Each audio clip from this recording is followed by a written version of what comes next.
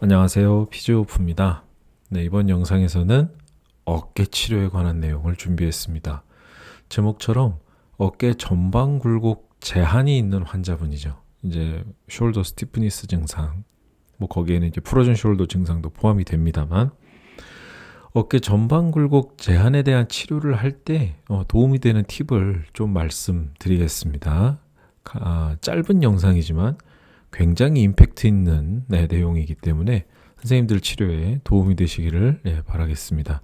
자, 그러면 먼저 해부학을 좀 보면 우리가 이제 전방 굴곡을 할 때는 보통 우리가 이제 잘 알고 계시는 부분은 이제 캡슐의 뒷부분일 겁니다. 특히 이제 우리가 어떤 스트레칭 방법을 적용한다 하면 캡슐을 직접적으로 늘리지는 못하죠. 두꺼워져 있고 거기에 또 유착이 가미되어 있는 어떤 비후된 조직을 우리가 스트레칭 방법으로 그거를 쭉 늘려서 원래의 두께로 회복시킨다라는 건 사실 불가능합니다.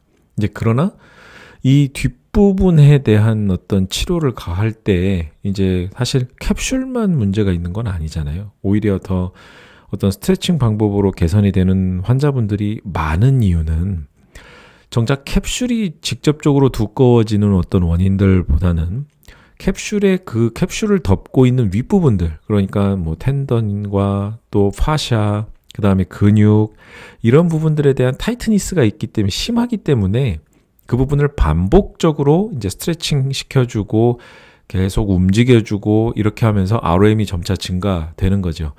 같은 맥락으로 사실 포워드 플렉션 제한이 있을 때 여기 지금 검은색 점선으로 표시되어 있는 여기 앞쪽에 대한 제한이 있을 때도 포워드 플렉션에 대한 제한이 올 수 있습니다. 특히 포워드 플렉션에서 135도에서 140도 그 이상에서 제한이 왔다라고 한다면 우리가 뒷부분에 대한 스트레칭만 고려할 게 아니라 앞부분에 대한 스트레칭도 고려를 해야 됩니다. 특히 여기 코라코이드 프로세스 주변 인접 부분, 그리고 이제 코라코 아크로미날 리가먼트와 그 다음에 이제 콘조인트 텐던 이 부분, 그리고 여기서 이어지는 코라코 휴머럴 리가먼트에 연접되는 부분들. 자, 이 삼각을 이루는 이 부분이 굉장히 유착이 되어 있는 경우가 많아요. 그리고 여기 위에 이제 팩머슬이 또 붙게 되고 여기서는 극상근과 또 여기서는 또 이제 सब스카플라리스가 이렇게 이제 붙게 되면서 근육의 타이트니스함이 이제 같이 더 부가가 되죠. 그러면서 이 앞부분에 대한 어떤 문제가 있을 때에도 방금 말씀드렸던 이 각도에서 리미테이션이 딱 걸릴 수가 있습니다. 그러니까 우리가 치료를 할 때 포스테리어 파트를 충분히 늘려줬는데도 왜 ROM이 빨리 증가하지 않지? 라고 선생님들이 판단이 되시면, 그런 현상이 나타나면 어디를 봐야 되냐? 바로 여기 앞부분을 봐야 되는 겁니다. 무조건 앞부분도 봐줘야 되는 거예요. 자, 그럼 이제 앞부분이 실제로 어느 부분에 해당이 되냐면 여기 제가 빗금 친 이 부분이 해당이 되는데 이 부분을 진짜 늘릴 때 어떤 변화가 나타나는지 한번 영상을 보시면서 이제 설명을 좀 드리도록 하겠습니다.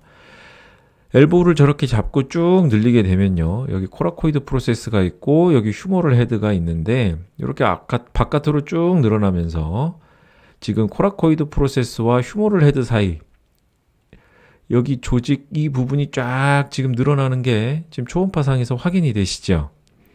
이렇게 늘렸다가 다시 힘 빼고, 같은 방법을 이제 반복을 하는 겁니다. 자, 다시 한번 볼게요.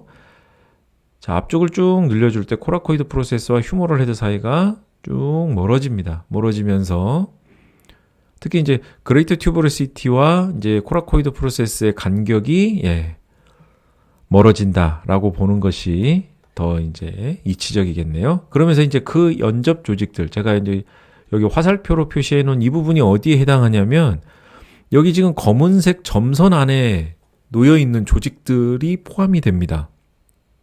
자, 그래서 이제 펜슬로 쓴 걸 지우고 다시 한번 영상으로 보면 이렇게 늘려줄 때 지금 여기 검은색 점선 안에 들어가 있는 조직들이 쭉 지금 늘어나요. 텐션이 가해지는 겁니다. 늘어나는 텐션이 가해지는 거예요. 자, 방금 제가 설명드린 것처럼 여기에 이제 리가먼트들이 있고 그 위에 뭐가 있냐고 말씀드렸냐면 텐던도 있고 근육도 있다고 말씀을 드렸습니다. 자, 그러니까 이제 이 부분들이 유착이 되거나 또 타이트니스함이 거기에 이제 덧붙여서 어우러지게 되면 135도에서 포워드 플렉션 135도에서 140도 이 부분에서 리미테이션이 걸릴 수 있다. 충분히 걸릴 수 있다라는 얘기예요. 자, 그래서 오늘 영상에서 선생님들이 이제 어깨 치료를 하면서 이제 한번 쭉 살펴보십시오. 후방 부분을 충분히 늘려줬는데도 크게 개선이 없다. 포워드 플렉션을 하는데 어깨가 으쓱으쓱 들리면서 리미테이션이 걸린다라고 했을 때는 이제는 어디를 같이 함께 치료해 줘야 되냐면 앞부분. 방금 제가 여기 해부학 사진으로 나와 있는 여기 검은 점선에 해당하는 부분들, 이 부분을 집중적으로 치료를 해 주셔야 됩니다. 방금 제가 이제 영상으로 보여드린 이 방법은 이제 우리가 매뉴얼적인 방법으로 이제 스트레칭을 하는 방법이 되겠고요. 자, 여기 타겟이 이제 여기 이 지점들이 되겠는데요. 이 부분에 체해 충격파를 같이 적용을 시켜주면 훨씬 더 효과가 좋아요. 그래서 혹시 체해 충격파를 쓰시는 선생님들이라면 체해 충격파를 쓸 때 그 스타트 포지션 자체를 이렇게 갖다 놓고 체해 충격파를 하시는 거를 또 권해드립니다. 저 같은 경우는. 예, 그냥 어깨 팔 그냥 그 옆구리에 딱 올려놓지 마시고 이렇게 팔을 이렇게 뒤로 딱 갖다 놓은 상태에서 이 부분이 훨씬 더 이제 늘어나져 있는 상태에서 체해 충격파를 적용하는 거를 권해드립니다. 어떤 분이 그러면 집중형이 좋냐, 방사형이 좋냐, 뭐 이렇게 얘기를 하시는데요.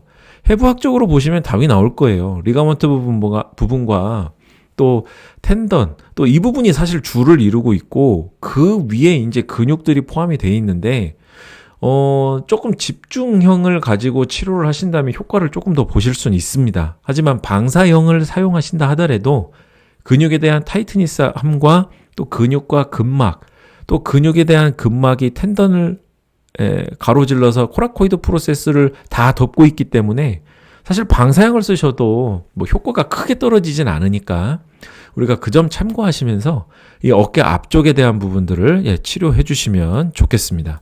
자, 이번 영상 통해서요, 간단한 내용이지만 정말 핵심만 담았습니다. 숄더 포워드 플렉션에 이제 제한이 있을 때 어떻게 치료할 수 있는지 이제 팁을 드렸으니까 이 방법도 선생님들이 꼭 염두에 두시고 선생님들 치료하시는데 도움이 되셨으면 좋겠습니다. 네, 시청해주신 모든 분들 감사드립니다.